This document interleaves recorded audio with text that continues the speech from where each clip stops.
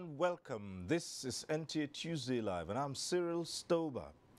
Now, President Muhammadu Buhari on Monday, the 9th of April, declared his intention to run for another 4-year term in the 2019 general elections. Now, this has pleased many, especially those who want him to continue with the developmental strides of building a better Nigeria.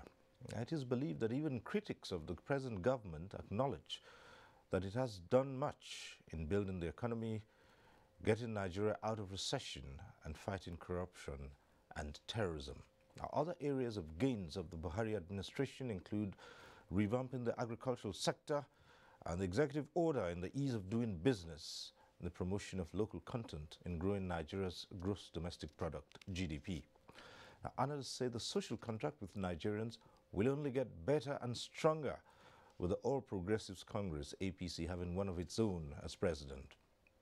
Now, what next after the declaration? This is just one of the issues we'll be looking at after this report by Muhammad Abubakar.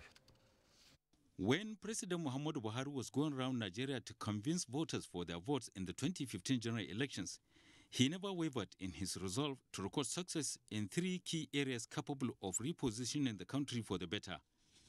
These areas include an onslaught against corruption, a vibrant economy driven by diversification and security of lives and property. In the economic front, not only has the administration steered the country out of a crippling recession brought largely by the crash in the price of oil globally, foreign reserves have continued to grow significantly, with the latest figures by the Central Bank of Nigeria standing at about $47.3 billion as at April 5th, against the 29.6 available in 2015. This is in addition to the successful diversification of the economy from crude oil to agriculture and solid minerals based within the last 3 years. I think in 2015 June, the quantum of fund in the foreign reserve was just about $29 billion. And from that 23.6 billion foreign reserve, we were able to now also start increasing the foreign reserve from that low point, that nada, to now as high as $46 billion. That shows seriousness by government. The onslaught against corruption is unprecedented, with the recovery of billions of naira worth of looted funds and property, coupled with the recently made public names of those allegedly involved in the looting, meant to serve as deterrent. Having the president who come with an agenda to driving a developed nation, where I think everybody needs to support him on this. But I tell you, the level achieved so far, it is something we need to commend this administration for. Though the security atmosphere is still confronted by some challenges here and there, the government deserves commendation for liberating most of the northeastern states from insurgents that held sway before the coming of the present administration. At the time Mr. President came, the major challenge as far as security was concerned was terrorism. So 2014-2015, unfortunately, Nigeria, especially the terrorist group operating in Nigeria, gained the notorious international claim of being the world's most deadly terrorist group as of 2014. And why was that? About 7,000 people were killed by that group in that year alone. The country inches toward general elections. Observers are of the view that President Muhammadu Buhari has performed creditably well under the prevailing circumstances to warrant a second term to provide more gains of democracy to Nigerians. In Abuja, Muhammad Abubakar, NTA News. That report sets the tone for this discussion. Let's start off by introducing our guests to you. At this point in time, I would like to welcome to this program Senator Ahmed Lawan, who is a Senate leader. Thanks for being here. Thank you very much, sir. Good evening, viewers. We're also joined tonight by Senator Magnus Abe, who is Chairman, Senate Committee on FEMA. Thanks for being here. Thank you, sir. Let me also welcome to this program the Director General, Voice of Nigeria, Osita Okechukwu. Thanks for being here. Good evening, viewers. And here also tonight is Nura Khalil, an APC stalwart and a public analyst. Thanks for being here. Thank you. Good evening, viewers. All right. Let me acquaint you, as we always do, with the procedure on this program. At the appropriate time, you can get to join in the discussion, the studio, the various platforms will be on your screen. You can take advantage of them. However, for those who will be phoning in, we say this every Tuesday. At the appropriate time, once you call in and your call is passed through the studio, do us a favor, turn down the volume of your TV set. Just reduce the volume so as to avoid the hurlback or the echo. And the best way to know your call has been passed through is you'll see your name appear on screen. Once you see your name on screen, it means your call has been passed through to the studio. We advise that you just go straight to the point, don't bother too much about the greetings. Just go straight to the point, make a comment or ask a question, and our guests will respond to such issues as you might raise. So welcome once again to NTA Tuesday Live. Let's begin to look at this declaration. Senator Ahmed Lawan, the president was at the NEC meeting, and he said he was given members of the NEC of your party the privilege of being the first to know. It's following all the speculations that had been awash all over the country. Will he run? Will he not run? And then he announced to you. What does that imply on the political terrain? Well, let me, thank you very much. Good evening, viewers, once again. Let me quote one of our colleagues who commented at the NEC after the president made that remark. He said that was the best gift for this year, for 2018. You know, for long, Nigerians, particularly the masses and those of us in the APC, have been agitating for the president to declare his intention to run for the second term. In fact, he was even threatened in one of our states, a major state, Kano, that if he fails to declare his intention to run again, they will take him to court, the APC chapter in Kano. That was to show to you the kind of support that the president enjoys across the country. Therefore, it was, first of all, a relief to us that he has accepted to run. Secondly, we feel now the party can really be more united, because when you are not sure if the president will run or not, some tendencies may start to show up, like someone may be thinking, okay, I will run if he doesn't. Even though his declaration does not stop anybody from running or aspiring in APC, but definitely it has given the party that rallying point that everyone will be saying, this is surely a candidate for this party, even though somebody could still aspire, but we are sure that we don't have to think twice. I also believe that the party itself now has a major work to do, including the rest of us who are on the platform of the party, that we need to go to town to continue to enlighten Nigerians, especially those who have not been opportuned to know how much this administration has done. There are mischievous elements who would always like to cast aspersions and so on, but you know, we cannot do without them. We want them to be around. They spice the environment, the political environment, but we have the role and the responsibility and, in fact, obligation to go ahead, campaign for our candidate, and then we see how far we can go. Because the other party, particularly the major opposition party, said it was not going to comment until the president becomes the candidate of the party. But on the other hand, they will say he is not fit to run again. That is a contradiction. They said the same thing in 2014, 2015, that if it was candidate Buhari, it was the cheapest way to beat APC. And yet, they failed. This time around, I'm sure within themselves they know that they have lost the 2019 election, presidential elections already, and therefore they must be thinking of something else. But I believe that we have a major role to play as major stakeholders in this party, that we have to campaign for our party, not only for the president to win, but for the president to win, for us to get more governors in addition to our 24, and more National Assembly members and more State Assembly members.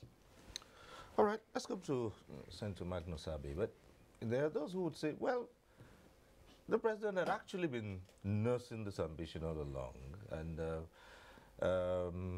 he probably used this as a political strategy. Would you say that? Keep everyone speculating, already knowing that he was going to run? No, I think those who have come to understand President Buhari's style know that he has no guile in him. He does what he wants to do at the time he wants to do it, and he does what he believes is right. So the idea that he was keeping people speculating for any reason, I don't think that is so. I think he was actually looking at matters, looking at the timing, looking at, you know, his own personal these things, and making up his mind, because he knows that it is a major step, not just for himself, but for Nigeria. Because if you look at this country today, there is no other group, political group, that has the capacity, the reach, the spread, the capacity of the All Progressives Congress to move this country forward. So if things are not right with the APC, then things are not right with Nigeria. And the president's decision has made it possible for things to be put right quickly within the All Progressives Congress. So I think the president has done a good thing, not just for the party, because honestly, for those of us who are members of the APC, we are happy. Because with Buhari as our rallying point, as our forerider, it makes the elections much easier for us across the country. So that decision has helped the party.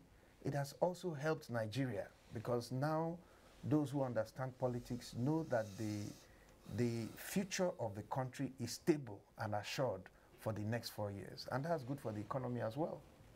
All right. Mr. Sita Okichukwu, with the declaration, would you say that somehow all those who might have been considering a shot at the presidential ticket of your party have now an unfair disadvantage?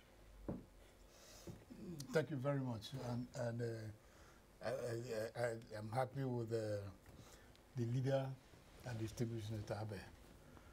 Let me start by saying that there are 67 registered political parties in the country today, which shows that Nigerian democracy is not just fledgling. It has come to stay. And if that is the case, it's not about the APC. It's about elections. It's like an Olympic Games, where you must have a country's flag. So if it's an Olympics, there are 67 flags. So let nobody. Yes, I've heard people who said, okay, there's insecurity in the land, there's hunger in the land, it's very easy to defeat President Muhammadu Buhari. And I said, you have a flag to have a track in the 100-meter or marathon race of the Olympics of Nigerian politics. Why do you have that?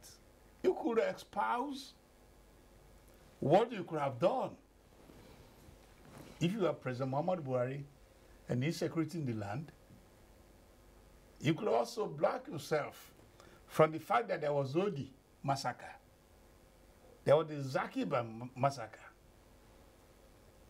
There was a time the Boko Haram had 14 flags hoisted in 14 local councils in Nigeria.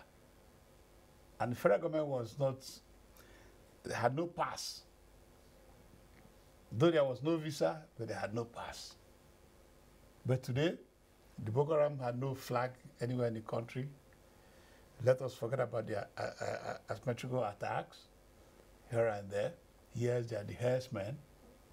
But even those who talk of the herdsmen, they also fail to understand that it's not about APC.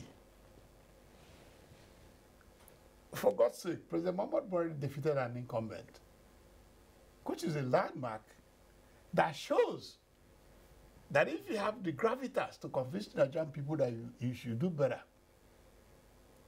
in the midst of nosedived oil prices,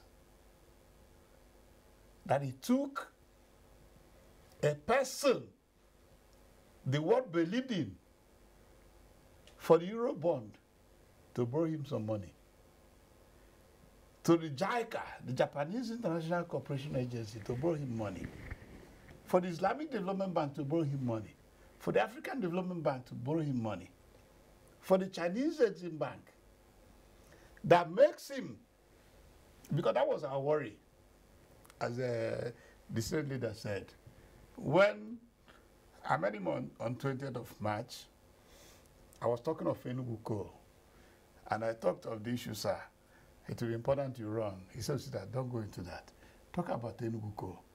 This is why your appointment is here, because that's a commitment I made to the people of Enugu State and the Igbos that the Enugu coal will be revamped. So can you end there? I was apprehensive. Apprehensive in the sense that the creditors that borrow people money, they borrow on confidence. And we are talking of gross unemployment, insecurity. And it's been traced to the fact that the comprehensive package he has of roads, 5,000 kilometers of federal roads, 5,000 standard gauge rail lines, even the one the then President Obasanjo contracted on a PPP arrangement, Lagos Kano, was all gauge at $8.3 billion. President Muhammad Buhari had borrowed $1.5 billion to make it a standard gauge. And he's adding more money because he's saying that as the main railroad goes, any state or major town is being missed. There must be a spur so that Nigerian people have modern infrastructure. And then there's the coastal rail line going from Calabar to Lagos and the eastern corridor going from Parako to Maiduguri with the same idea of spurs, making it about 5,000 standard gauge rail lines. We were afraid that even the creditors might withdraw their money if he says he's not running. So it's not about the APC. If anybody had a better idea of how to reposition the country, how to bring critical infrastructure to bear, I stand to say that this is the most massive critical infrastructure development in the annals of the Nigerian history. 5,000 additional megawatts, borrowing $2.5 billion for what they call the super transmission lines. Because the problem today is that they're saying that even those who got excess from solar, mini hydro electric power plants have nowhere to wheel, evacuate there. Those who are making gas power plants have nowhere to wheel. So they have about 7,000 megawatts that have not been wheeled into the national transmission line. It's borrowing $2.5 billion for that. Then the Mambila Hydro electric power plant, $4.8 billion to produce 3,000 plus megawatts of electricity. Irrigate over 1,000 hectares of agricultural land. The Enugu coal, about 1,000 megawatts. Then you talk of the solar. So I call it roads, rails, agriculture. So it's not about party. So anybody that says he's squeezed in APC is not being sincere. If he's coming for the Olympics, he has a lot of flags. Thank you. Right. So you think within the party itself is not likely to get any challenges? Or? No. Don't bother yourself about the parties. 67 flags for a contest. All right. 67 flags. We'll return to you in a moment. But let's hear from Nura Khalil, who was a stalwart of the APC. The timing of this announcement, was it part of the Buhari strategy? Well, it's the Buhari style. Personally, as I know him, and in politics and all major endeavors in life, timing is very important. If you take an action before its time, you know it's not going to be good for you. And then if you take the decision after the time, you know, you can consider yourself a loser. So the timing is not only perfect, you know, but the right thing to do. And that is his style. Right. What I'm about to say now, this question may very well be hypothetical because he has already declared. But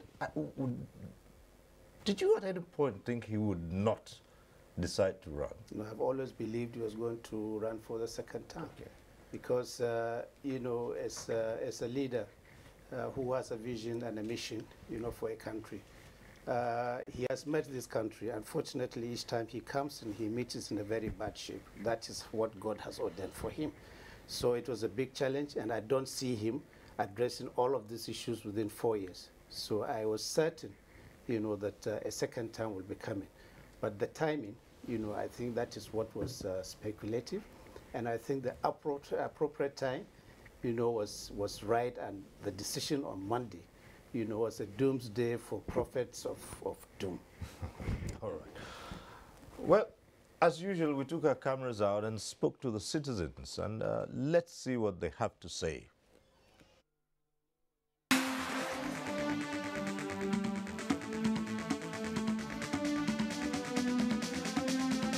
Actually a good move, as all Nigerians have been expecting that, because he has to finish what he has started. He has a good move for the country, so I think it's a very nice step for the whole Nigeria. I like him to run again, to come and cleansing all the road they have done to this country.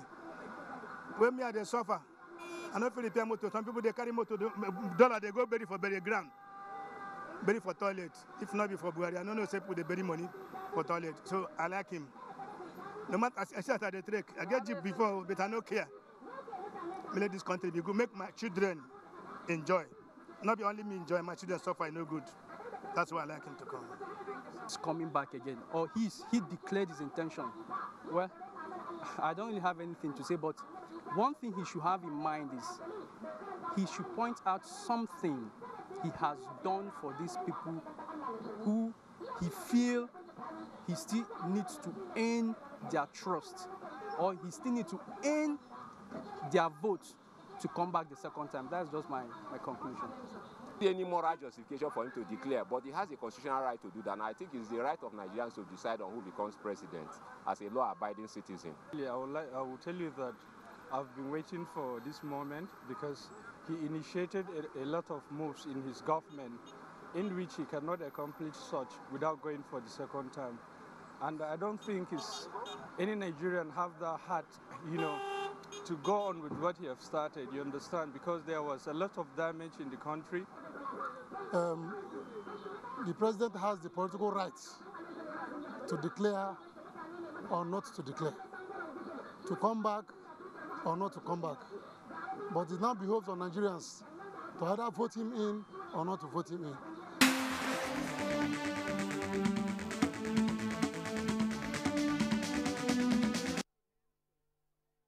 All right, the voice of the people. But Senator Ahmed Lawan, how much would you say, because we know that before he came out with this decision, there had been all kinds of calls, various calls, from the governors, the APC governors, prominent members of the party, and a number of Nigerians across board had started piling the pressure on to say, look, run for second term. And as you mentioned, some people went to the extent of saying, look, if you don't declare to run, we'll go to court. Yeah. And, how much of that pressure do you think convinced the president, just in case at one point in time he was probably considering not to? Well, let me say that I never imagined that the president will run again, because this is a president that went around all the states of the federation, not once, not even twice, but about 3 or 4 times, seeking the votes of Nigerians for him to come and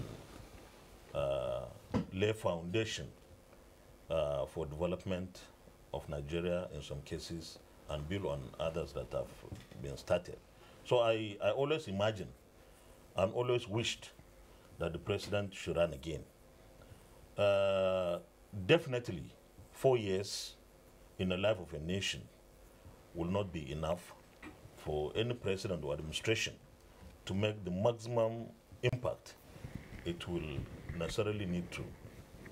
So I wasn't surprised, but I was relieved that he announced that.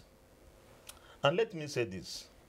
This is an administration that defined right from the campaign period what exactly it was going to do. The president picked 3 issues. He stayed on them throughout the campaign. He has stayed on these 3 up to this moment. These are corruption. At the time we were campaigning, corruption was at its peak in Nigerian history. When corruption was so democratized and in fact accepted as the norm in Nigeria. So it was a very good and big choice that we must deal with that. Otherwise, whatever resources we would have, corruption will eat it away, like we have seen what has happened. Billions of dollars have been embezzled. Secondly, the insecurity, especially at that time, the insurgency in the Northeast, terrorism. Terrorism, insurgency in the Northeast at that time was also on its peak. Nigeria lost so much land to the insurgents. They declared sultanate, and those who were running our country at that time, they didn't even believe that it was true. They imagined that somebody or some people were trying to undermine an administration simply because they didn't like that administration. Meanwhile, when people were killed, over 10,000 people were killed between 2014 to 2015 in the Northeast. We lost land, we lost so much. Third one, the economy. Even when between 2012 to 2013 and early part of 2014, when a barrel of crude was selling for over $120 per barrel, and at a production quota of over 2.3, 2.4 million barrels per day, there was no investment in a very basic and fundamental infrastructure. There was no saving, no nothing. Money developed wings and flew away. So it was necessary that the economy of Nigeria must be placed on such a pedestal that we can bring it out of that deep hole that the PDP administration put it into and grow it. Okay. Let me at this point go to the phones. We have our first caller tonight, calling in from Kaduna. Sani. Hello, Sani.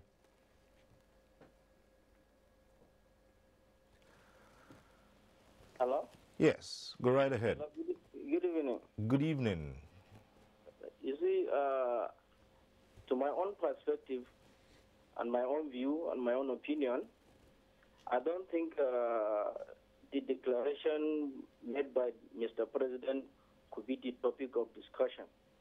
You know, Nigeria is a right of each and every citizen to contest at any moment he wishes, or the contesting. But my problem with APC is where are those campaign promises made by APC? Where are those promises made by APC? Because during electioneering campaigns, APC promises Nigerians that they are going to sell PMS price below 50 naira. The bulk of rice is not going to exceed beyond 5,000 naira. And if we are to, evaluate the APC, led administration, we could see so many Nigerians, more than 80% of Nigerian citizens are living in an absolute poverty. You see, my own advice, and when we are to, talk at the aspect of, fighting corruption, one could be able to see clearly that only those in the opposition parties are being fought. You understand? It is the only within the opposition party that are being prosecuted. There are those being, published their names and whatsoever. You see, and all these governors, people at the high seat, they only hide at the shade of the Mr. President. My advice to APC government is to revisit those promises made by during campaigns and to see, because declaration of, recontesting for an election is quite different from what people are standing at the ballot boxes to exercise their civil rights. That's just my contribution to the topic. Thank you. This is Balarabe calling you from Gachukun, Kaduna. All right. Thank you very much, Sani. Well, Senator Magnus Abe, you had the caller. Yes, Sonny, thank you. I heard what you said, and to me, this is a big country, and people are entitled to their views. Anybody who realizes the state this country was in at the time the APC administration came on board will give the president and the entire administration kudos for what has been achieved. First of all, you look at the whole issue of the price of rice, which he talked about. How, if you look at what is being done with rice now in this country, that itself is a major achievement. And ultimately, rice today now in Nigeria is providing livelihood for thousands of Nigerians. This was something that did not exist before this administration came into power. Before this administration came, Nigeria was spending billions of dollars importing rice. Today, we are saving billions of dollars because we're producing rice. But Sani did not mention any of that in his remarks. All he focused on was the fact that rice is not being sold for 5,000 naira a bag. But that's just one aspect of what has happened to rice. So in a situation like this, you have people who have what they are looking at based on what their own views are. And you have people who are objective and can take the full color of what is happening in the country into perspective. He talked about the list of those who have been accused of looting the treasury. The federal government list is based on the reality of what has happened in the Federal Republic of Nigeria. APC was not in power at that time. We have started a culture of holding people to account. And that will also apply to those of us who are in office today. That is a culture that did not exist before this administration came into office. But he is not looking at that. All he's looking at is the fact that it's only PDP people who are on the list. It's PDP people who had the money. Okay. You know, so I think that those who are being objective will be able to see a lot better if you try to balance issues as you look at them. I think that is what the public will do. All right. We have another caller. Ndubisi calling in from Abia. Hello. Mr. Sere. Yes, good evening. Please, I'm interested in this program. See? On the process of Mr. President coming back to Roy a second time is good. But one thing I'm trying to know, one thing that baffles me is the poor masses, is getting out of hand. The average man in this country suffers a lot. Take, for example, the cost of fuel now. Very, very high. And the low average man in this country suffer it most. And you see, the law always be against the poor. The law enforcement agents always force the poor to suffer more. So I think Mr. President have to do something about it. So that's my own support. All right. Thank you, Ndubisi. And we'll tie his comments along with those of Sani as we ask Osita Okechukwu to respond to the issues that have been raised. And thank you very much. I welcome Ndubisi's comment. It would be very wrong for me to say there's no hunger in the land and there's no discontent. But Ndubisi comes from the same region where I come from, where there's an old adage that if rain is beating you, you should ask yourself, where did the rain start? There was a time, and nobody made any noise. 1,400 kilometers of rail line was being awarded at $8.3 billion, old gauge. About the same time in 2004, thereabout, the Chinese, these were awarded standard gauge. The old gauge runs at 33 kilometers or 30, 33, 35 an hour. The standard gauge runs at 100 to 150 kilometers per hour. The Nigerian was awarded at $8.3 billion. The Chinese awarded from a town called Gomod between Beijing and Lhasa, the capital of Tibet, Beijing, capital of China, 1,142 kilometers, standard gauge at $4.2 billion. No questions. There was a time on May 13th, 2010, my sister then, the Minister of Finance and coordinating the economy, Dr. Mrs. Ngozi Okejiunwala, announced to the country that $83 billion of 3 refineries, they call it greenfield refineries.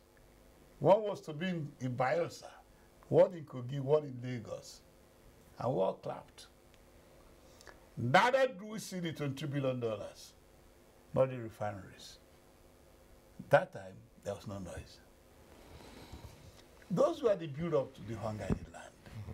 But now, President Muhammadu Buhari come, he had now embarked on what I call the RRAP, where the agricultural setup, as a distinguished Magnus Abe said, had taken a frontal line. Example is in Kebbi, is in Rivers, is in Enugu, is in Eboy, is in Ekiti. It's in a lot of states now. It's all picking up. It doesn't happen in a day. A father said the family is hungry. What out of his way to borrow? And a lot of people have even questioned the borrowing. I joined them in questioning the borrowing. But when I looked at the fact that all economic indices shows that the people is the market, Nigeria has the people, that if Nigerians are importing stable foods like rice, and suddenly you have about 50 to 70% halt in importation.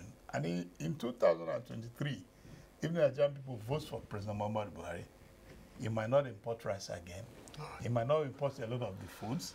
Okay. And you build these rail stations, standard gauge rail station, 100 to 150 kilometers per hour, which means if you are going from Maiduguri to Port Harcourt, you might not go to aircraft. Okay. You'll be in Port Harcourt from Maiduguri the same day. All right. Let's take another call now, from this time from Enugu. Godwin calling in from Enugu. Hello.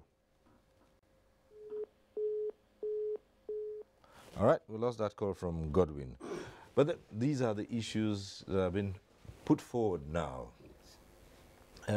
You heard the comments by the last two callers as well. Yes. As a party stalwart, what's your response to those? Yes, I'm glad that Sani from Ragachiku, has made his remarks. But I know he must have been a living witness of the security issues that bedevil this country. I'm sure from Ragachiku, if you are coming into Kaduna when the insurgency and the terrorism was at its peak, you can spend more than 1 or 2 hours between the toll gate, you know, which is just about 300 meters away from Rogachikun, you know, into Kaduna town. And as at that time, you know, people are not even after being hungry, you know, because the security issue has taken over almost all aspects of our life. If you're going to the mosque, you are scared. If you're going out as a family man, you are not sure of coming back. But all of a sudden, you know, after all these issues have gone and have become history, and people are back into their senses, that is when we started sensing that, yes, we are hungry, or there's hunger. Of course, there must be hunger, you know, in one way or the other. This rise that we've been talking about, and which is saying APC has promised that it was going to be 5,000. Yes, the step towards making rice, you know, to be sold for 5,000 has already been taken. Right. The money to import rice was not there. The government came in at a time when, you know, revenues, you know, were completely down, and almost less than 50%, you know, of what used to come to, you know, the government's coffers. And it is almost a trillion, 1 trillion naira market.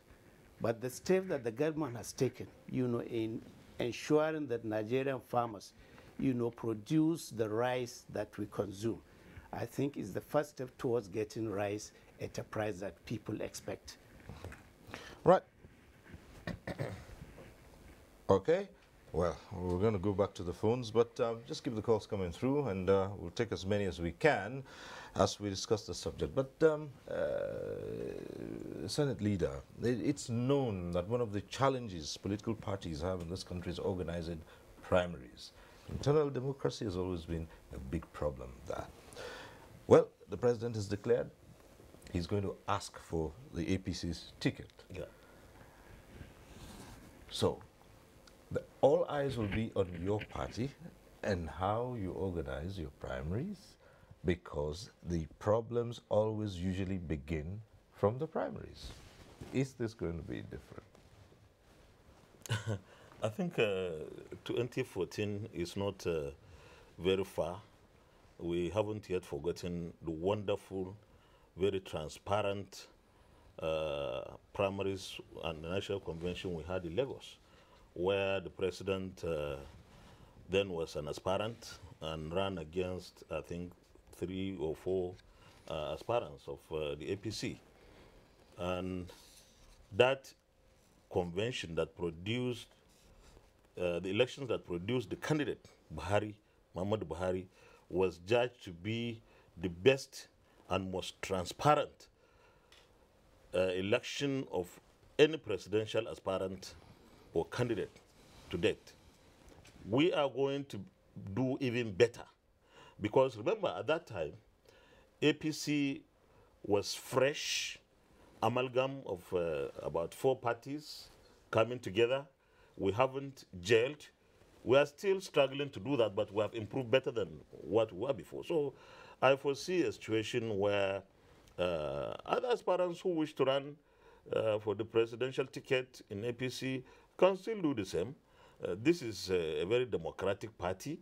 In fact, because the president believes in due process, in due diligence, in the rule of law, he insisted that there must be congresses right from the ward up to the national convention. So we are not likely to have any hitch. We are going to have our convention by the grace of God sometimes in June, and if the president has other aspirants to contend with, so be it. But I want to tell you that we are very satisfied, extremely satisfied with the performance of this president, that we are going to vote for him en masse at the primaries, and we face the general elections with our candidate. All right. But Senator Magnus Abe, even as we speak, the APC is embroiled in a number of internal squabbles in virtually all the states of the Federation. What's the import of this? I've heard some analysts say, well, this might probably degenerate to a straight fight between those who would rather the president didn't run and those who would insist that that is the best, move for the APC. I don't think that that is an accurate, very accurate description of the challenges within the party. There are challenges within the APC, and that's not different from any other political party. As you well know, a political party is nothing but a platform for different, managing differences, so to speak. That's what politics is all about. And that's what parties do. That's why they're created. Different ambitions, different aspirations, different visions all come together in the same basket, and you have to manage it. As far as the presidency is concerned, I believe that picking a presidential candidate at this point is a formality. For example, I'm from the South-South, and the South-South caucus of the party, we have already met, and we have endorsed President Buhari, calling on him to run. We've endorsed him. All of us signed. I signed, and that's our position in the South-South. And I think that in virtually other zones of the country, similar things have been done. So the president, when it gets to the convention, all those people who have already said, we want you, we are for you, and all that, are not likely to go in any other direction. So as far as I'm concerned, yes, people would have a right to aspire, but that would be it would be a formality. We're going to pick President Buhari. The other problem, the problem we have in the party, which is, you have talked about the crisis and all that, yes, it's there. There are situations in the party which people expect that in the congresses and all that, if not well managed, will throw up challenges. But a lot of people believe that rather than try to sweep these things under the carpet, only to have them erupt at a time you cannot manage them, it is better to bring them up to the surface and deal with them at this point.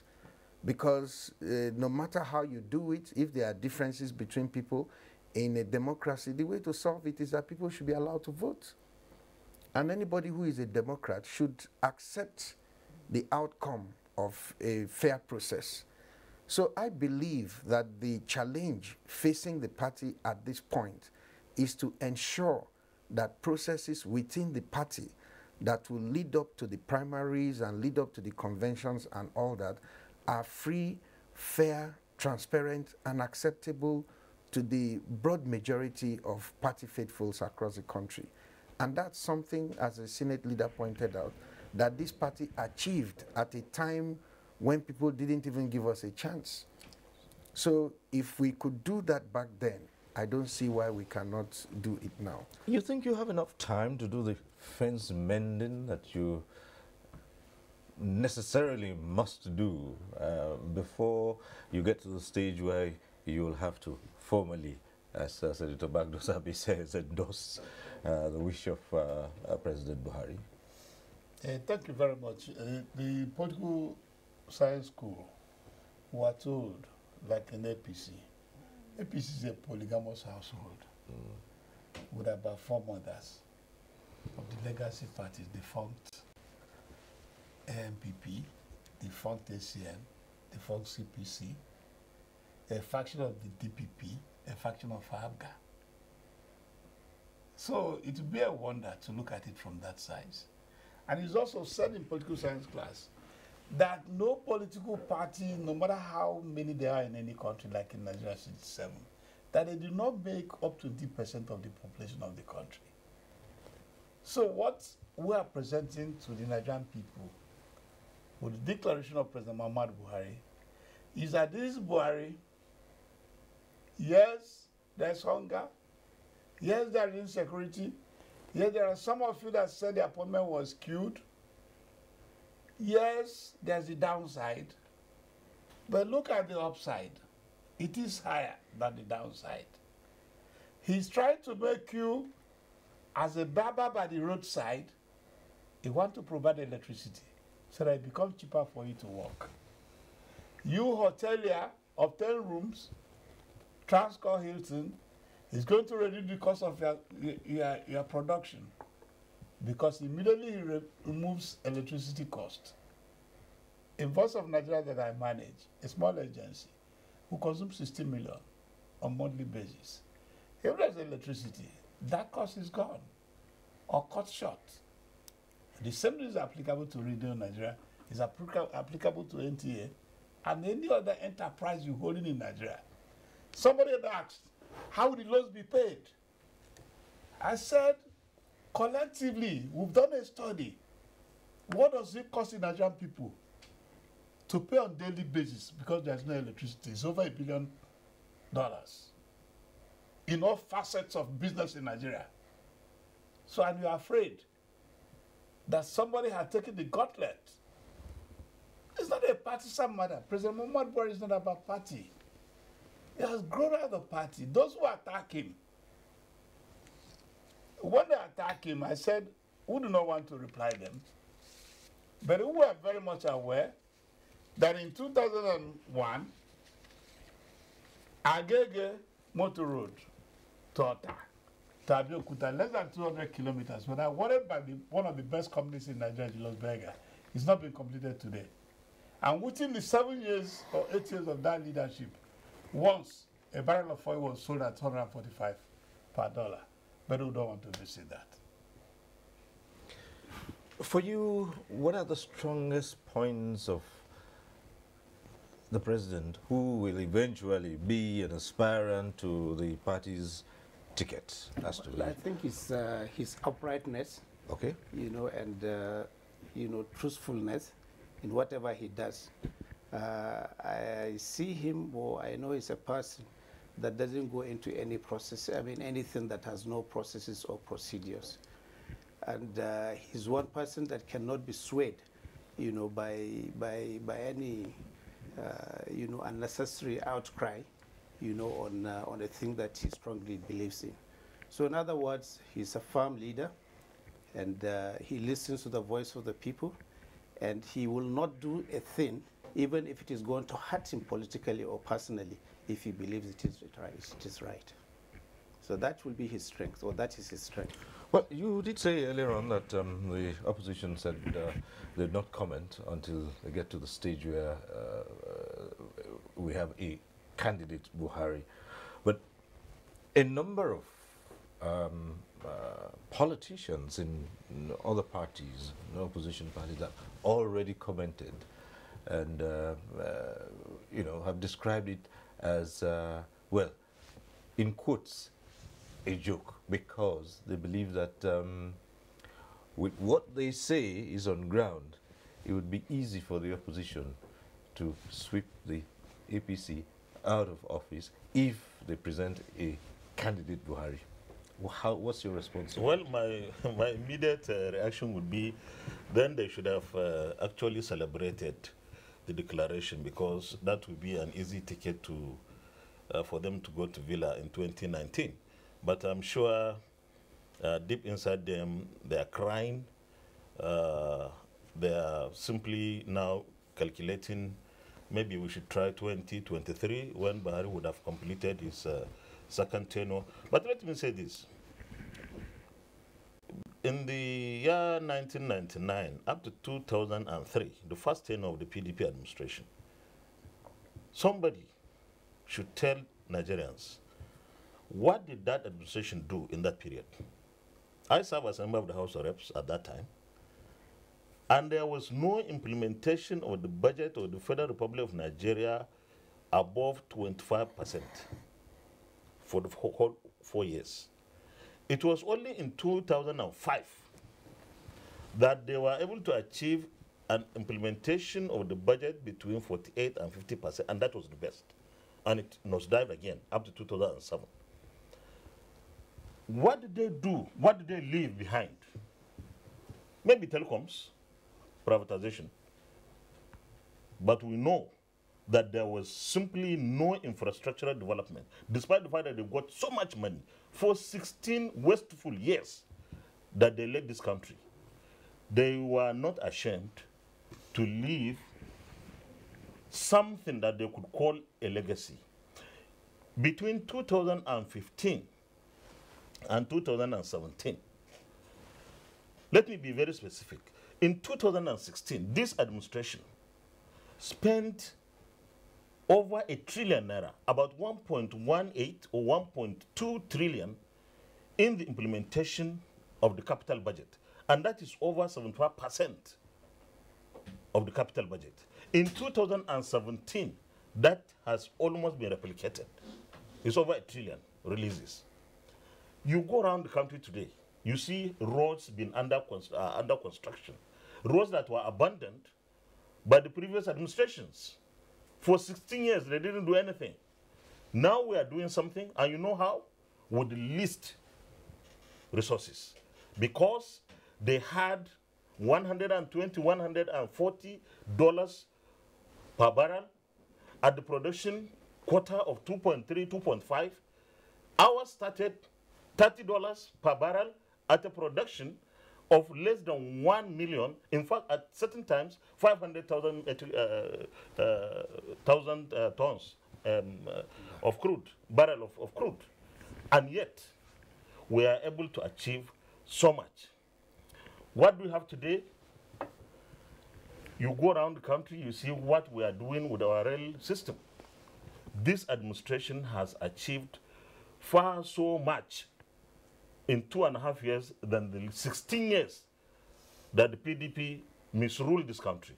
And therefore, we have every reason to have faith in our administration, to have faith in our president, who believes that this country deserves better, that the most ordinary man of this country deserves so much more. Today, we have saved over 300 billion naira that we could have used in imported rice.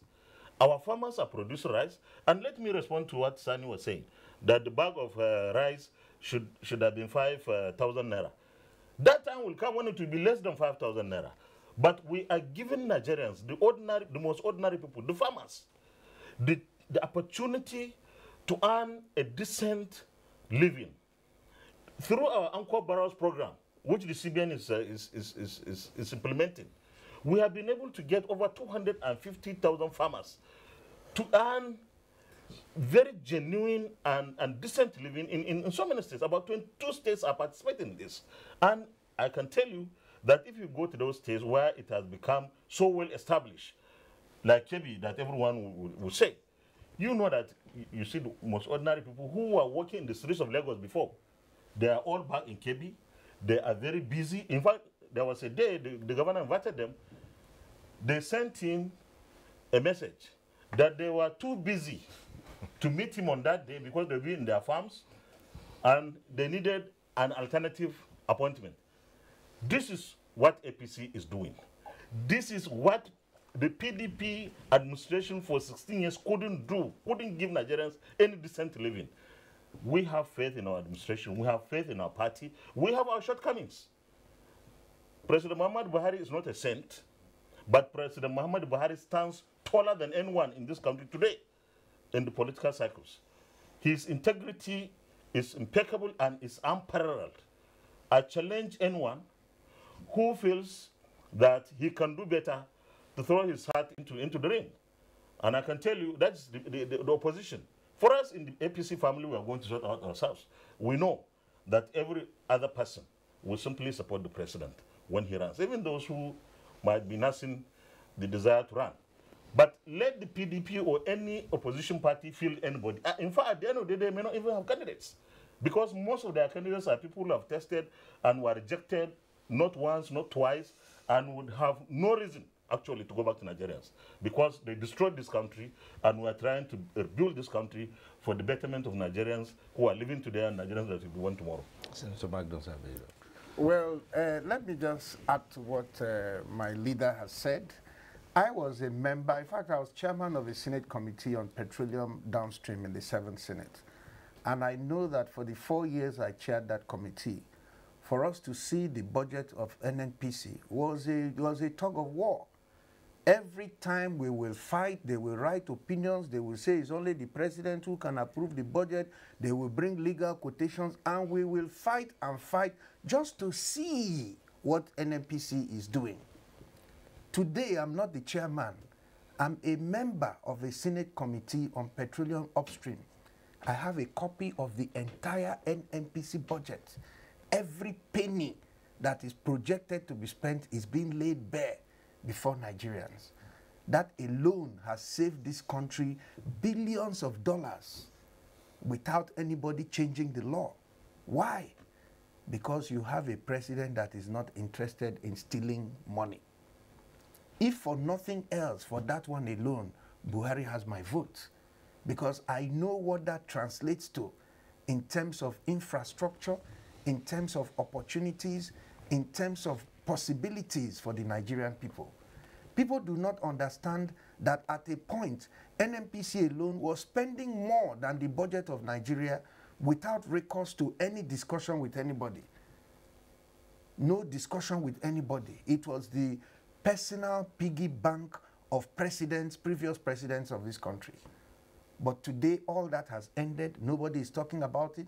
Nobody is celebrating it. Nobody is commissioning it. But it has happened in Nigeria in our time. So I think that those Nigerians who are reasonable can see that, well, there are challenges in the society, but for the first time, we are confident that this country is actually on the right path and the right things will be done.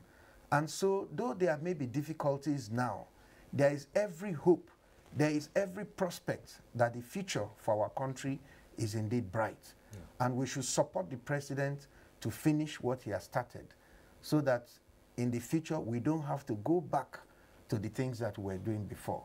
I think that if we explain this properly to Nigerians, I don't even see anybody coming out to say they are going to contest. What are they going to tell Nigerians? Who were they?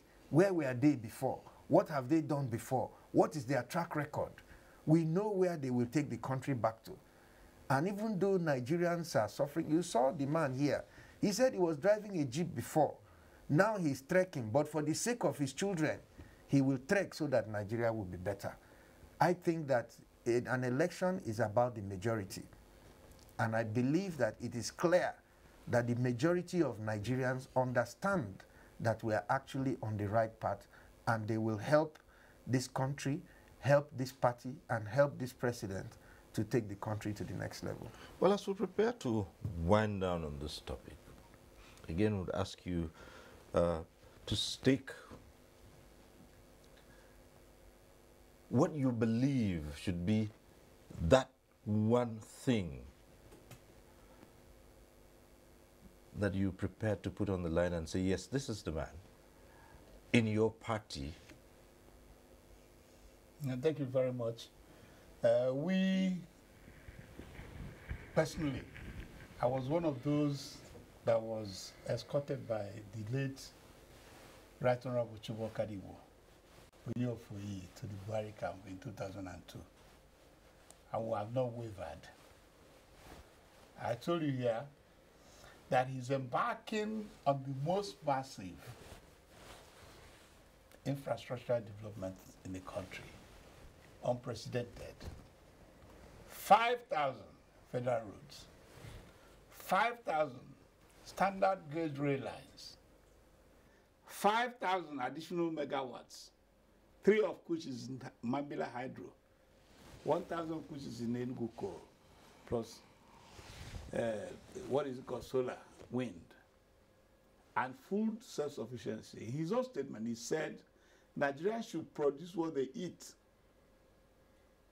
On the other sideline, for some of us who want to inherit on the patriotic fruit of the zoning convention that was initiated by patriotic northern politicians in 1999, after the June 12th, that said the southern part of the country should produce the president in 1999. After 8 years, it should go north. And it should be done that way for equity and justice. For us in the southeast, or in Igbo, our brothers in the southwest had 8 years. Our brothers in the south side had 5+ years. We are the only region in the southeast. And I'm appealing to them. I said, this is President Muhammadu Buhari. He's the only northerner alive. If he becomes a president that has only 4 years constitutionally left, it's not about pleasantries or stories of I will do only 4 years. No. His own is situated in the Constitution. Vote for him. You can now appeal to our southwestern, south-south, and the rest of Nigerians, the presidency is for you. So two package. The roads dilapidated that were abandoned in Southeast. Umuahia, Ikotekpede, Aba, Calabar, Otocha, Kogi, Enugu, Onitsha, Enugu, Port Harcourt. The man has started doing it. Within 3 years. It was not done in 16 years. Thank you. And for Khalil to wind down, your closing comments on this development. Well, I will say that this APC administration and President Muhammadu Buhari has given us a lot of landmarks. For example, the anti-corruption crusade has really made it difficult, for governance to be business as usual. And one of his objectives, of going into politics is to ensure that the environment has been set in such a manner that only those who are serious and committed in governance, will vie for political positions. In other words, since it is no more business as usual, it is only people who really want to serve the people and the nation that will in future vie for political positions. All right. So I would like to thank you very much for your thoughts. And Senator Hamid Lawan, Senate Leader, Senator Magnus Abe, thank you for being here. Thank you very much. The Director General of the Voice of Nigeria, Mr. Osita Okechukwu, we thank you for coming up here on this program tonight, and for the APC stalwart and public analyst, Nura Khalil, thank you very much. Thank you very much. Well, we're ending this discussion here, but this is by no means the end of today's program. We do have another issue coming up in just a few minutes, and that will be talking about food security in Nigeria. So stay with us on NT Tuesday Live. We'll be back shortly. The struggle for independence had been a long and tough one. Our founding fathers and compatriots sacrificed their comfort and even shed their blood. We cannot at this point in history afford to spirit away their sacrifices for immediate but temporary gains of today. Let us emphasize what unites and not what divides us. Working for the unity of purpose with a stronger vision for a better tomorrow. NTA, growing with the nation. Together, no matter where you come from, no matter your religion, we are one. Let's live together. Let's stop fighting each other. Let us live as one. It doesn't matter where you come from, your tribe or religion, man, woman or child. It doesn't matter who you are. Put Nigeria first. No matter where you come from, no matter your religion, we are one. Let's live together. How can we develop when we're always in crisis? Families have become refugees in their country. No matter our differences, show some understanding. No matter where you come from, no matter your religion, we are one. Let's live together. Nigeria, the only country we can train with remarkable potentials to excel. Let us believe in ourselves and change our attitude for the sake of our country and generations unborn. Let us revive our cultural values, which are our essence as a nation. Let us renew the spirit of patriotism and hope in our dear country. Do not take or give bribe. Be punctual always. No more African time. We can't expect to be global citizens and operate on African time. Join the queue. Insist that people are attended to on a first-come basis, no matter who they are or where they come from. Nigeria, good people, great nation.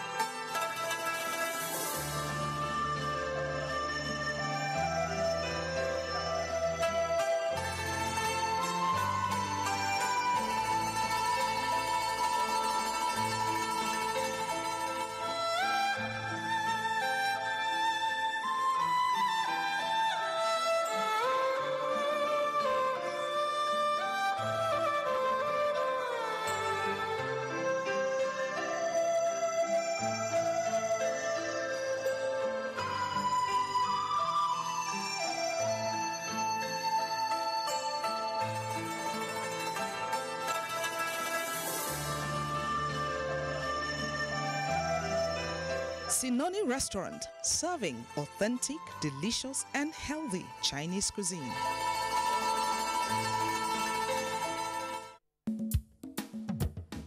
Nigerians, our fearless officers and men of the Nigerian military are winning the war against Boko Haram. Today, all occupied territories have been recovered and Boko Haram has been degraded. Our affected brothers and sisters are getting their lives back. However, they are now after you and me. In our mosques, churches, schools, motor parks, markets, entertainment centers, and public gatherings. Be vigilant. Be security conscious. Report suspicious persons, objects, and movements to the police and other security agencies. The security of our nation is a duty for you and me. Nigeria, unite against terrorism. This message is brought to you by the Federal Ministry of Information and Culture. The struggle for independence had been a long and tough one. Our founding fathers and compatriots sacrificed their comfort and even shed their blood. We cannot at this point in history afford to spirit away their sacrifices for immediate but temporary gains of today. Let us emphasize what unites and not what divides us. Working for the unity of purpose with a stronger vision for a better tomorrow. NTA, growing with the nation. Nigeria, the only country we can train with remarkable potentials to excel. Let us believe in ourselves and change our attitude for the sake of our country and generations unborn. Let us revive our cultural values, which are our essence as a nation. Let us renew the spirit of patriotism and hope in our dear country. Do not take or give bribe. Be punctual always. No more African time. We can't expect to be global citizens and operate on African time. Join the queue. Insist that people are attended to on a first-come basis, no matter who they are or where they come from. Nigeria, good people, great nation. Make you report any crooked person, object, or wakajube movement to police and security agent demo. The security of our nation now work for all of us, plus including me and you. Nigeria, make we unite against terrorism. Now, Federal Ministry of Information and Culture bring on this message.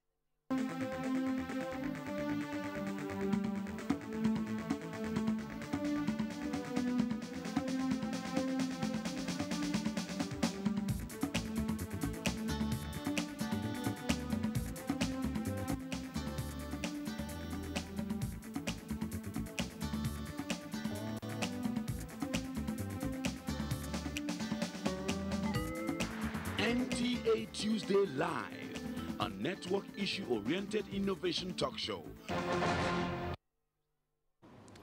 Thanks for staying with us. In the last 2 years, Nigeria has recorded bumper harvests that hit a new record high to impact positively on the economy and tackle food prices. One of the cardinal objectives of the present administration is to revamp agriculture for food sufficiency, for growth and development. Now, the galvanized momentum has led to exportation, saving Nigeria almost $22 billion annually spent on food imports. It is in furtherance of this cause that the Presidential Committee on National Food Security was recently inaugurated. Now, how well is Nigeria positioned for the attainment of food security for national development? Let's get to see this report by Musa Baba Aliu. Security in terms of protection of lives and property and that of food production are the cardinal objective and principle of President Muhammadu Buhari-led administration. Records have shown that before 2015, production of food, especially staples, dropped with significant increase in the importation of major food. Central Bank documents show that Nigeria was spending about 6.6 trillion naira annually on food importation. I feel to employers and workers alike, President Muhammadu Buhari, while taking the mantle of leadership in 2015, told Nigerians that his administration would not tolerate importation of food that can be produced locally. Agriculture is key to our economic growth and social investment policies. Our administration's key strategy is to ensure that Nigeria becomes self-sufficient in the foods that we consume the most. Our policy is simple. We will produce what we eat. It is not only logical, it is necessary. As such, his government pushed for new policies and programs that will upscale local food production to meet local demand and that of international market. This the administration achieved through the core program, which include the Anchor Brewers program that allows farmers access to finance to boost production. Presidential fertilizer initiative that brought down prices of input to 5,500 naira. Recall that President Muhammadu Buhari launched the Anchor Brewers program on November 17, 2015. The program aims to provide farm inputs in cash and kind to smallholder farmers in order to boost local production of commodities, including rice, and to stabilize inputs supply to agro-processors and address the country's negative balance of payments on food. Records of the Federal Ministry of Agriculture as at January 2018 indicates that despite environmental and social challenges, food production has reached its highest peak for the first time in 4 decades, courtesy of the President administration initiatives. The impact so far has been a lot of job creation. Don't forget that for a long time, agriculture really got forgotten in this country. In the last 20 to 25 years, people have talked about it casually, but we depended mainly on imports for everything. Now, nobody will argue now that there's massive food production in the country. If you go to Dawanau market, just yesterday, one newspaper, the Triumph of Kano, said that food prices had crashed. So everywhere, trucks are coming from West and Central Africa to load food. They never exhaust the supply. Groundnuts, millet, sorghum, rice, loading and going. This is the cumulative effect of these programs. More young people have gone in, more women have gone in, and production has increased. And therefore, we are really creating stability now in agriculture. The key players advocated concerted efforts to sustain the success recorded in the agricultural sector to ensure food security that will stand the test of time in Nigeria. In my view, support means putting in place a policy that is going to be workable. Federal government must remove the remaining difficulties of procuring agricultural inputs, fertilizer in particular. If this has been privatized very well and coordinated, just like sugar and spaghetti is being found available in our market, if you can do that for fertilizer, farmers will have a very quick access to farming inputs, and then they will have no problem. This is the eventual thing that we need.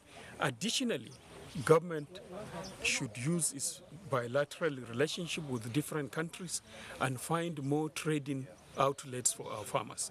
And then our agricultural produce will have more value internationally. In Abuja, Musa Baba Aliyu, NTA News. All right, let's introduce our guest to you. We would like to welcome to this program Honorable Mohammed Mungunu. He is chairman of the House of Representatives Committee on Agriculture. Thanks for being here tonight. Thank you. You're welcome. Right.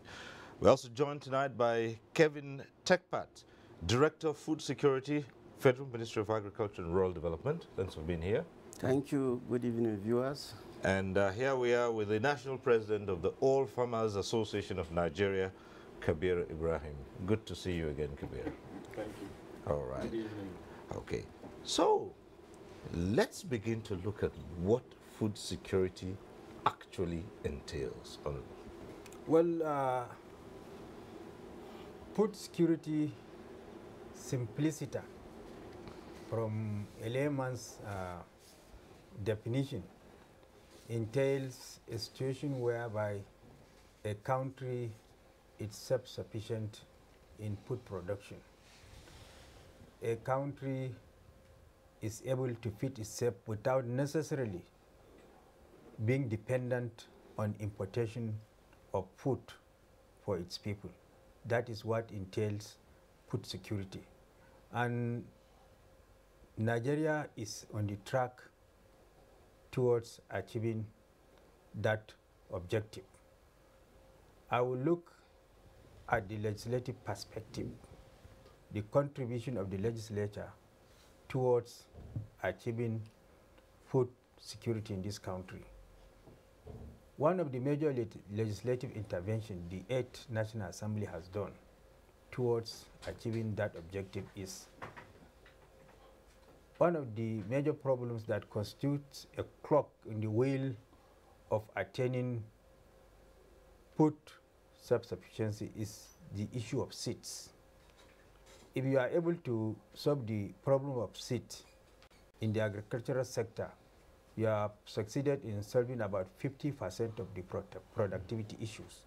Having realized that problem, the National Assembly, the House of Representatives in particular, has passed an amendment to the law that established the National Agricultural Seed Council, so that they can not only back but also bite in the discharge of their duties. This is done by way of strengthening their hand to regulate the sector very well, to stamp out quackery in the industry, and also stop a situation whereby people sell grains to farmers in the name of seed, so that there will be punishment, and then it will serve as a deterrence to will-be offenders. And then also, having regard to the fact that the fertilizer subsector has been deregulated, the National Assembly has passed the bill on the regulation of the fertilizer sector, so that the sector will be well regulated, and also stamp out a situation whereby people sell sand in the name of fertilizer to our farmers, and also stamp out quackery. Then again, one of the major problems is also the issue of access to credit at single-digit interest rate.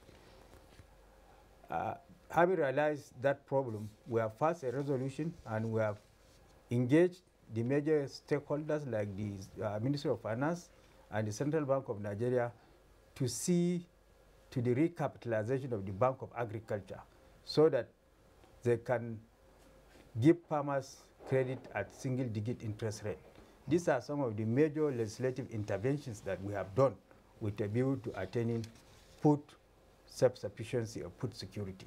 All right, let's go over to the Director of Food Security in the Federal Ministry of Agriculture and Rural Development, and let us relate this, what food security actually entails, and relate it to the Nigerian situation, and see how we well positioned for that. Thank you very much, Cyril. Just like the Honorable has rightly said, food security is the ability of a nation to produce enough food for its own citizens. Any nation that cannot produce enough food for its own citizens is having a big challenge a challenge that will compound the national security issues. You know, any empty stomach, as is said, is an angry person. And therefore, food security is very key to national security. I just want to add that food security, national food security has 4 components. Component number 1 is availability. Component number 2, accessibility. Component number 3 is utilization, while the 4th component is stability. So for accessibility and for availability, they are very clear. It means food must be available in our own markets. Also, and then accessibility is determined by prices of food. Then utilization is what are we eating? Are we eating balanced diet, or we are just eating ordinary food? And then, of course, stability is policies that are put in place by government to ensure that there is continuous production to ensure national food security. Well, all these 4 areas you've listed have had their own challenges. So we'll return to them and take them one by one. But let's hear from the president of the All Farmers Association of Nigeria. Well, to the farmer, being a common man, food security simply means being able to eat what you want at the time you want, and that is of the right nutritional value. Food can be anything, but for you to utilize it and to grow and to have clear brain power and all that is what will give you security. And that is our take. And we are poised now to produce whatever Nigerians would want to eat because we have a very good enabling environment now. This government has shown from the onset when it launched the APP, that is the Green Alternative, that it is willing and is going to work assiduously henceforth to make sure that food is available in the nation. And to that extent, I think we are not Oliver Twists, but we are asking for more. Well, let me return to Kevin briefly. And in the areas you have listed here, availability, there have been so many challenges with the availability of food in the first instance, and even accessing it has been a major challenge. Now, we see a food council. How do you think this will operate? And is it any different from the various committees that we've had over time, so many years, trying to, enhance availability and access to food? Thank you very much, Sirius. I want to say that we've been having issues of policy continuation, and that has resulted in some of the problems we are talking about. But I'm very happy that this government campaign with food as one of the food security as one of the main issues. And we can see from the records and from the documentary we just watched, the tremendous, increase in production. The government is very resilient, and government is doing the best that it can. The issue of the green alternative, as he rightly said, because government believe that depending on oil alone, cannot take us anywhere. So we need also to develop the agricultural sector in order to get another source of foreign exchange and provide income to farmers. So there are so many issues that are, programs that have been put in place to ensure food security, ensure availability and access. The issue of the Anchor Borrower program has achieved success. Before now, we were just depending on rain-fed agriculture, but the Anchor Borrower program has placed more emphasis on dry season farming. And I want to tell Nigerians that dry season farming pays far, far more than wet season farming. What you get in a piece of land in rain-fed agriculture, you get three to even more times in dry season farming. So apart from the yield, the dry season farmers have achieved another goal, the goal of mitigating against climate change. Most of the production in the wet season suffered as a result of flood. Most of the rice and other crops that are planted on valleys, river valleys, are usually washed away by flood. But the dry season farming has taken care of that. Secondly, the dry season farming also has what we call control management. The water you apply is controlled. The fertilizer you apply is controlled. So you get maximum yield. So that's the Anchor Borrower system. And of course, the federal government and the state are all doing what they can do in order to ensure food security in terms of input, subsidized inputs, like was said in that document. And the National Assembly also is playing a key role in their own oversight function to ensure that we actually have available food availability and access. Right, stability in terms of policy, for instance, is one area we have had to contend with frequent changes. And are we seeing any semblance of a direct, stable policy in this dispensation? Yes, I think that is why I brought the aspect of legislative intervention.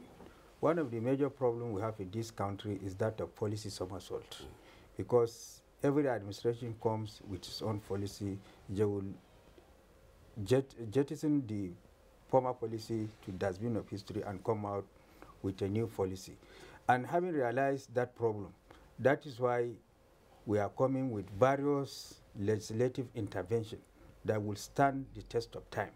Like the issue of encouraging youths to embrace agriculture. We would like to seize this opportunity to commend Mr. President for assenting to the bill on the National Agricultural Land Development Authority. That authority, when established, will be charged with the responsibility of clearing land. Because one of the major challenges we have in the southern part of the country is that of land clearing. And now, with the establishment of the National Agricultural Land Development Authority, they will be sufficiently mobilized with modern agricultural machineries for clearing land, because you cannot encourage youths to embrace agriculture as a means of livelihood and expect them to go to the farm with cutlasses and what have you in modern age. There has to be modern machineries. So that bill has been assented to, and then when the agency fully takes up, it will be charged with the responsibility of clearing land and then giving it to our youths to engage in agriculture.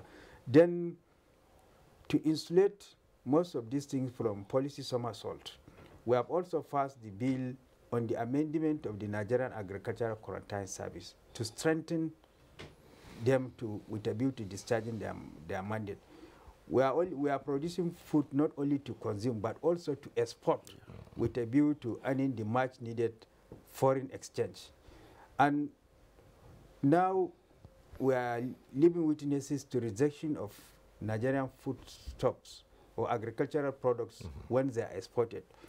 And having realized that challenge, the National Agricultural Quarantine Service is now strengthened with the assent to the bill by Mr. President. It has now become law, so that they will be strengthened to inspect all agricultural products that are meant for export, to make sure that it has conformed with international best standard, to insulate it from rejection from other countries, and then food imports that are coming into the country also will be in tandem with international best practice. So the legislature is doing its best by way of legislation, and we are happy to report that Mr. President has so far assented to all the bills concerning agriculture that the National Assembly has passed: the Nigerian Agricultural Quarantine Service, the Agricultural Credit Guarantee Scheme, the National Agricultural Seed Council, the fertilizer bill also awaiting Mr. President assent, and I know that it will soon be assented to. So this is the legislative intervention that we are doing to insulate it from policy somersault, so that it will stand the test of time. And also on the issue of the Food Security Council, which is headed by Mr. President. As you rightly observed, before we have various committees and what have you. Now we have an agricultural council that is headed by Mr. President, which is the highest policy-making body. And therefore, this clearly shows that this government is really walking the talk, and is not only preaching the gospel of diversification of the economy away from oil to agriculture. All right. Well, let the people speak. And that's why we went out and asked the citizens to speak on food security. Let's watch. They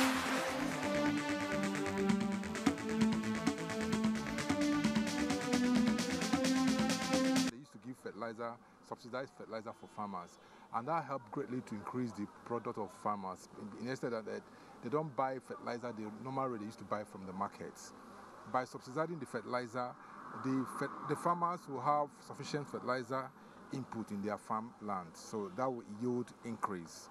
Secondly, the kind of farming that we practice in our country is called drudgery. Drudgery is a system of farming that is being practiced in the olden days, like using cutlasses and hoes to farm. If the government can give farmers tractors and machines to farm, that will go a long way to increase our productivity. And again, it will help the youth to go into farming. Why the younger people are not going to farming? Because of the drudgery pattern of farming. You know, instead they want to go to farm, they say, is it not to go back to carrying hoes and carrying cutlasses? But if they can give them machines to farm, like tractors, and encourage them with some small funds to go into farming, that will increase the yields we are looking for now. What I want government to do is to create an enabling environment for agriculture. An enabling environment in the sense agriculture cannot thrive in the area of crisis. And wheresoever you see crisis everywhere in Nigeria. I want federal governments of Nigeria to do something over this issue to cope away the crisis that is going on in Nigeria. I personally am talking to you, I'm a farmer. I own a pig farm in Gosa village here. And the only thing that we are facing is the challenge of insecurity that is going on in that place. I have a friend of mine that his sheep was taken out from that place, and it's very, very disheartening. And coming back to the issue of government should try and give soft loan. And this loan that should not involve collaterals. And the issue is that if government, as some of my friends have spoken, this loan should be the one that they can able to go to the farm. If somebody needs a loan and he come to collect a loan, they should go there and look at the size of it, not necessarily the money the person requests to collect the loan that they will give, but the little they can support that person, looking at the base of the size of the environment the person want to use and the agriculture, it will help us a lot. And I want the federal government, what I want to advise them is that the issue of security should be put first in the process, that we're able to help all of us to strive in agriculture, because agriculture needs security.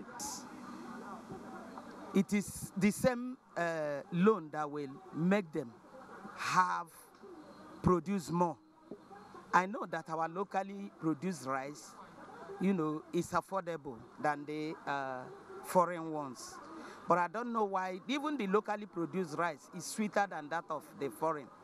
So the government should do something about, the agriculturists. They should enhance them by bringing tractors, machines, money. In fact, to encourage them. That will help us. The best way to get it right is that let the information get to the people that are actually in the field, who are the farmers, so that they will be the one coming out for this money.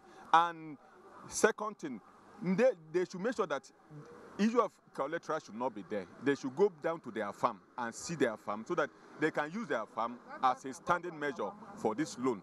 Because you can't tell a man who is not having a house to go and bring a mansion to come and take loan. Where is he going to get it from? Where? Who is going to provide that? Is it somebody who is rich that's going to give them their house to come and collect loan? So we should be realistic in our policies, and we should know those that are in need of it.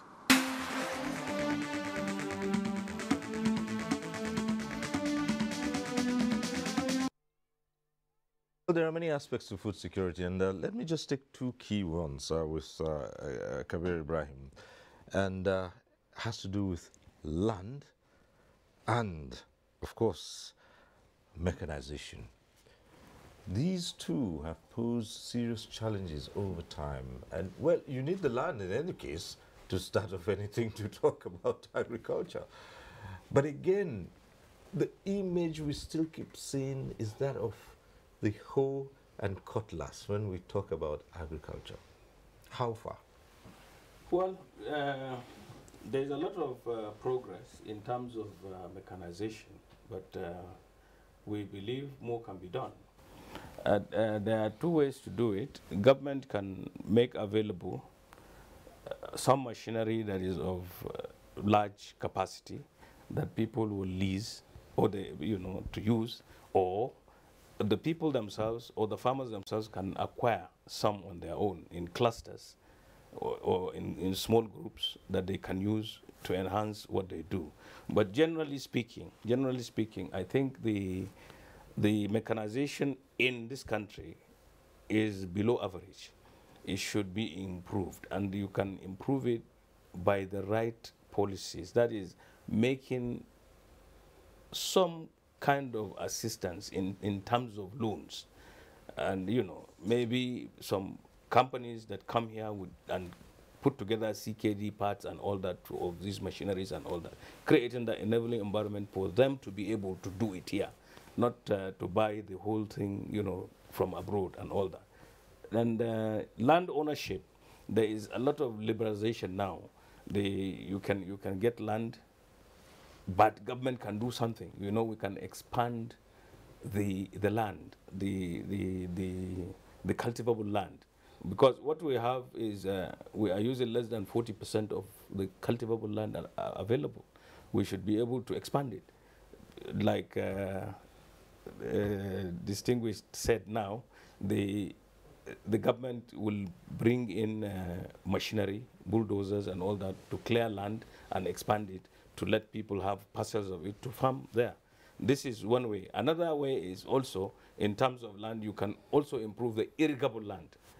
There was once I was here with the Minister of Water Resources. He said at some point, I think in 2023, Nigeria intends to have about 5 million hectares, of water, dams that can be used to do irrigation. If we can attain that, I think it will be good for Nigeria on a whole, but on individual basis, because farming should be looked upon as a business. People should be able to invest in these things. Again, I'm going to put something that is very funny now. Last month, I was in Wilton Park in England, in Sussex. We had a workshop, a meeting with several scientists from all over the world. We did it in a place called Winston House. It is in Wilton Park. The Winston House was built by proceeds of corruption. Somebody stole, like so many thieves in Nigeria, and at that time, I think in the 1500s, there were prisoners of war, and to maintain them, somebody was put in charge. The money that he was given to take care of the prisoners of war, he stole some of it. And he now went to a place and built a mansion in a very serene environment and decided to do agriculture there.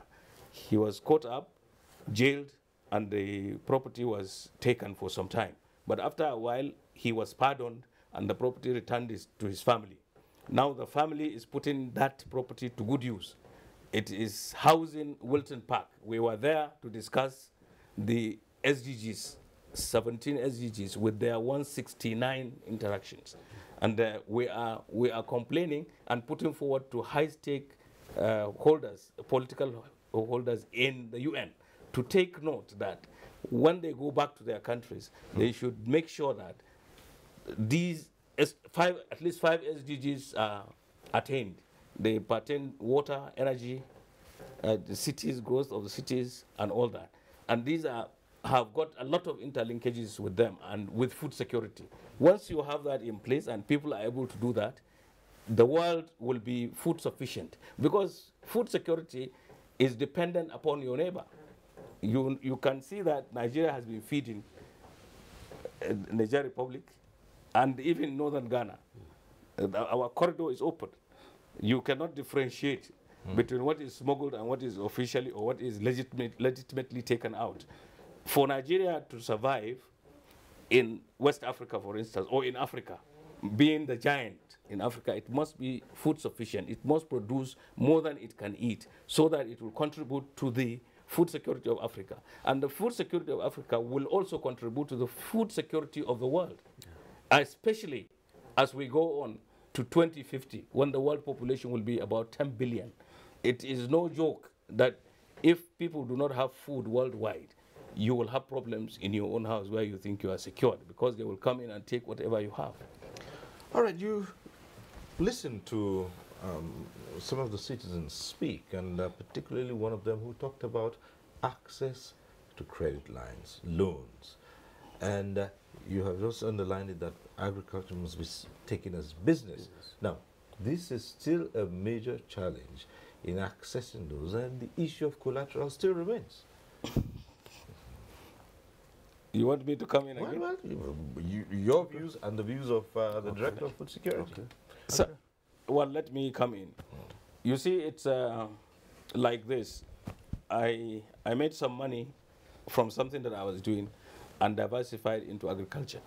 Agriculture will only take you out of poverty if it is done on a commercial scale. Right.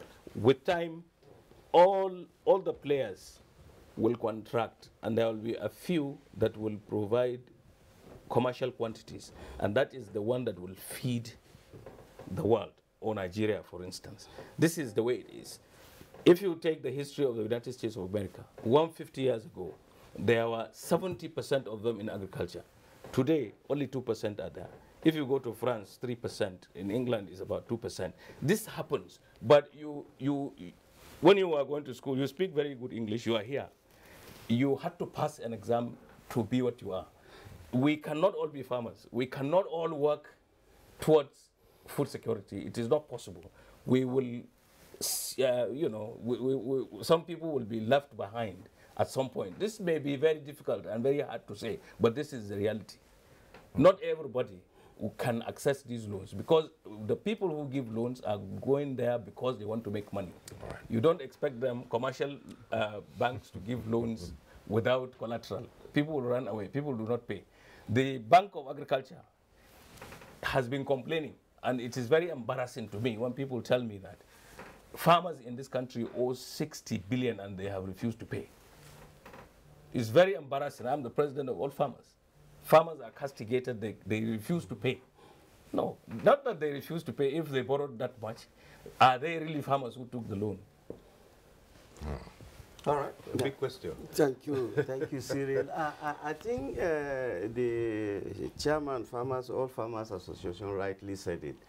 The unfortunate thing in the past is that most of the farmers that took loan were not actually farmers. Some of them were political farmers. Some of them were runaway farmers. They got money and disappeared into the thin air. But I tell you, today, it is not easy for a farmer to take loan. You heard what the documentary said. I was fortunate to be in Kebbi when Mr. President launched the Anko Borrower Program. Then I was the State Director of Federal Ministry of Agri in Kebbi. What we did and what is still being done now is profiling of these people who call themselves farmers. Assessing what they have in terms of land and their capacity to be able to, go into production. Like we all know, agriculture is now business. It's no longer a way of life the way we take it before. And anything that is business will require capital. And in a situation where you take capital, then you must be able to,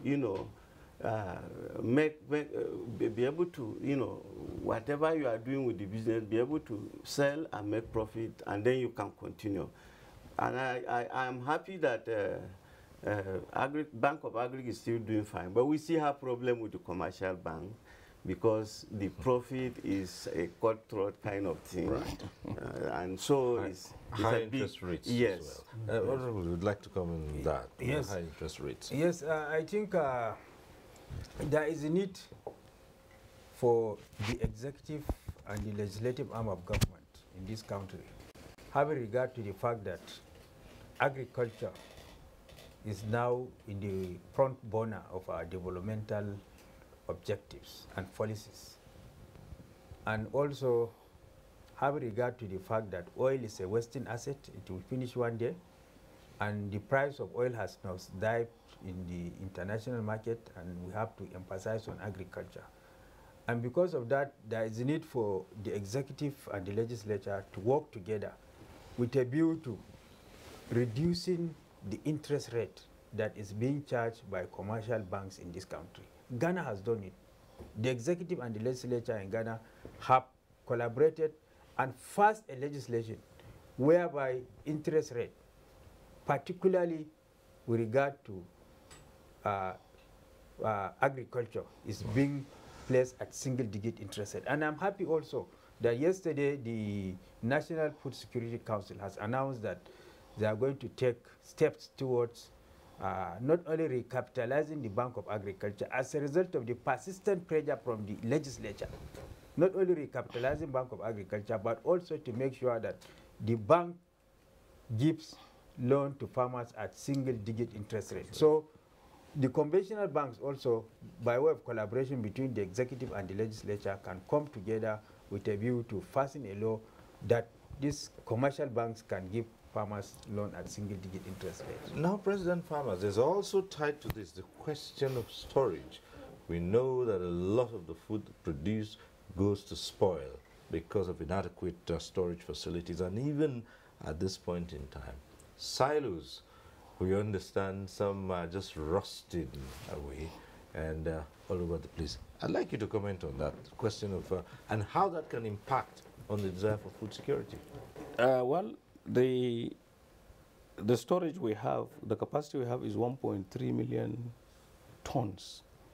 And this was to address the issue raised by CADEP, you know, that you have to improve your storage, your production, your market, your whatever. So this is one of the pillars that you should produce a storage. But this is on a government level. Now, you talked about two things. It's two-pronged, what you said. Right. The waste we have, that is the post-harvest loss that we suffer, is not only because of storage, and also because of processing.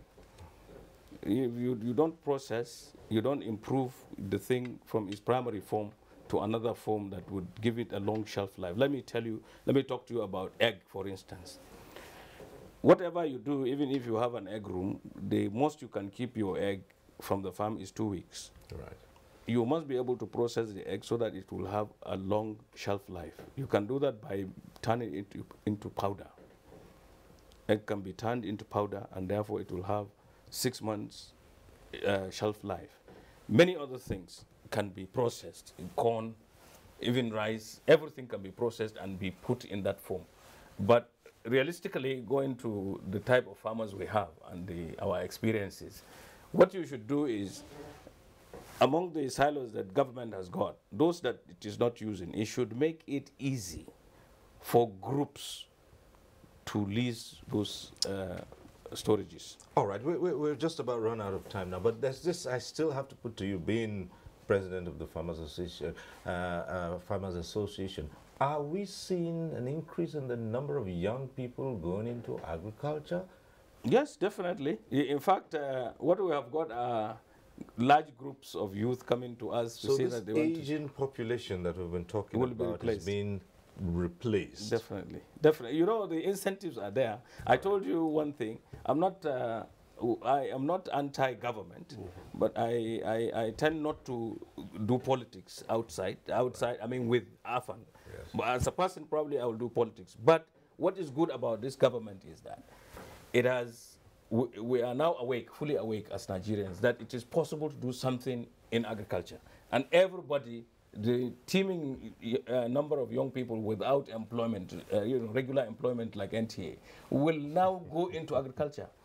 Agriculture gives them the opportunity to be self-sufficient, and they can see prosperity from there. All right. So, okay, if I can come in here, I think even in both in the 2017 and in 2018 budget, there is a budget line that is specifically devoted for training and empowerment of youths and women in various aspects of agriculture. Right. That this is just to show how the emphasis that is placed on encouraging youth to embrace agriculture as a means of livelihood. All right, we've just about run out of time, so we must leave this conversation here and hope to take it up again at some other point in time. So we'd like to say thank you very much to Honorable Mohammed Bunguno, Chairman, House of Representatives Committee on Agriculture. It's been a pleasure having you. Thank you. And thank you very much, Kevin Tekpat, Director, Food Security, Federal Ministry of Agriculture and Rural Development. Thank you for being here. Thank you very much. be your first time on this program, is it? Yes. Correct me if I'm wrong. Yes, All right. but I've attended Good Morning Nigeria. All right, we'll ask you to come again so we can talk more about food security. Okay. And for Kabir Ibrahim, National President, All Farmers Association of Nigeria, this forum you're familiar with and you always hear. Thank you for coming again. Thank you and good morning. Right. Yes. And so we thank you too for being part of this program. Next week we'll reach you again on NTA Tuesday Live. I'm Cyril Stober. Bye for now.